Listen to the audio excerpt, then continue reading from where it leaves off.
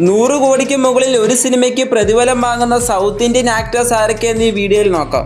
Number 5 തല അജിത്ത് വിടാമുകുറിച്ച് സിനിമയ്ക്ക് വേണ്ടി ഏകദേശം 105 കോടി രൂപ പ്രതിഫലം വാങ്ങി. പക്ഷേ ആ സിനിമ പ്രതീക്ഷിച്ച വിജയം കിട്ടാതെ പരാജയപ്പെട്ടു. 4 വേട്ടയൻ സിനിമയിൽ അഭിനയിക്കുന്നതിന് വേണ്ടി സൂപ്പർ സ്റ്റാർ രജനീകാന്ത് ഏകദേശം 125 കോടി രൂപ പ്രതിഫലമായി വാങ്ങി. പക്ഷേ ആ സിനിമ കണ്ടന്റ് ബേസിൽ നല്ല സിനിമയായിരുന്നെങ്കിലും ആ സിനിമ ബോക്സ് ഓഫീസിൽ പരാജയപ്പെട്ടു. 3 ഇന്ത്യൻ 2 സിനിമയിൽ അഭിനയിക്കുന്നതിന് വേണ്ടി കമൽഹാസൻ ഏകദേശം 150 കോടി രൂപ പ്രതിഫലം വാങ്ങിയിട്ടുണ്ട്. പക്ഷേ ആ സിനിമ അട്ടർ ഫ്ലോപ്പായി. ഈ 3 സിനിമയുടെയും പ്രൊഡക്ഷൻ കമ്പനി ലൈക്കയാണ്. തമിഴ് സിനിമയിലെ 3 വലിയ ആക്ടേഴ്സും ചേർന്ന് ലൈക്കയെ നശിപ്പിച്ച് താറുമാറാക്കി വിട്ടെന്ന് പറയാം. 2 ദളപതി വിജയ് ഗോട്ട് സിനിമയിൽ അഭിനയിക്കുന്നതിന് വേണ്ടി ഏകദേശം 200 കോടി രൂപ പ്രതിഫലമായി വാങ്ങിയിട്ടുണ്ടായിരുന്നു. അതുകൊണ്ട് തന്നെ ഈ ചിത്രം ഒരു ആവറേജ് വിജയം മാത്രമേ നേടിയുള്ളൂ.